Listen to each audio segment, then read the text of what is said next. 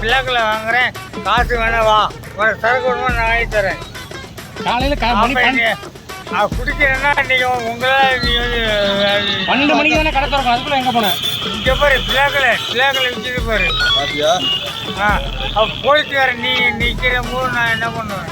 சரக்கு குடிக்கிறேன்னா நீங்கள் சரக்கு நீங்கள் பிள்ளைகளை போலீஸ்காரன் நீங்கள் கபுத்திரம் வாங்கி நீங்கள் வைக்கிறீங்கன்னா நான் குடிப்பேன். நான் குடிக்கிறேன்னா நீங்கள் தான் அதுக்கு பதில் சொல்லணும்.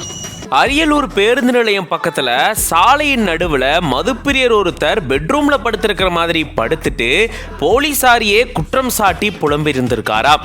இப்படி ஒரு சம்பவம் அங்க நடந்திருக்கு. வாங்க இதை பத்தி விரிவா இந்த வீடியோல பார்க்கலாம். 12 மணிக்கு தானே கடை திறக்கும், அதுக்குள்ள எங்க போனேன்? இங்க பாரு பிள்ளைகளை விற்கிது பாரு. அரியலூர் பேருந்து நிலையம் பக்கத்துல அரசு டாஸ்மாக் கடை செயல்பட்டு வருது. இந்த கடையில காலையில இருந்தே கள்ளச்சந்தையில மது விற்பனை நடந்துட்டு வரதா அந்த பகுதியில் இருக்கிறவங்க குற்றம் சாட்டியிருந்திருக்காங்க. இந்த சூழலை தான் இந்த மாதிரி கள்ளச்சந்தையில மது வாங்கி அருந்திட்டு மதுப்பிரியர் ஒருத்தர் அங்க இருக்கக்கூடிய சாலையில நடுவுல பெட்ரூம்ல படுத்திருக்கிற மாதிரி ஒய்யாரமா படுத்திருந்தாராம். இதை பார்த்த போலீசார் உடனடியா அவரை தண்ணீர் தெளிச்சு எழுப்பி கூட்டிட்டு வந்து சாலையின் ஓரமா உட்கார வச்சு குடிக்க தண்ணீர் கொடுத்திருந்திருக்காங்களாம். அதுக்கப்புறமா போலீசாரையே குற்றம் சாட்டி புலம்ப ஆரம்பிச்சிருக்காராம். இந்த மாதிரியான ஒரு சம்பவம் அங்க நடக்க கொஞ்ச நேரத்துக்கு அது பரபரப்பு சூழலை ஏற்படுத்தி இருந்திருக்கு.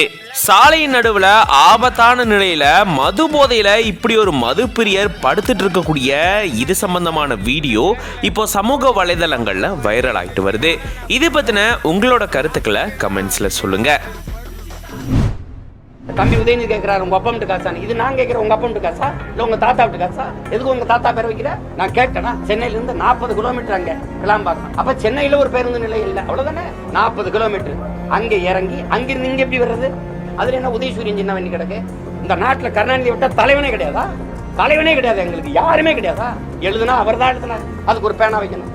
அங்கே ஜல்லிக்கட்டுக்கு நான் கேலரி கட்டினா தம்பி, நாங்கள் ஜல்லிக்கட்டு வரும்போது ஒரு கட்டையை கட்டி ஓட விட்டு கழட்டிட்டு போயிடுவோம். அதுக்கு எதுக்கு அவ்வளோ கோடியில் செலவு? அந்த கட்டணமா? அதுக்கு உங்க அப்பா பேரா? அதிமுக முடிச்சிருந்தா ரெட்டையில சின்ன வைக்குமா? உங்க காசா? உங்க கட்சி காசா? ஏன் காசு? என் மக்கள் காசு. அதுல நீங்க உங்க கட்சி சின்னத்தை வைக்கிறது எதுக்கு? தமிழ்நாடுன்னு பேரை வச்சு தூக்கிடு கருணாநிதி நாடு. கேட்டனா செருப்பு கட்சி.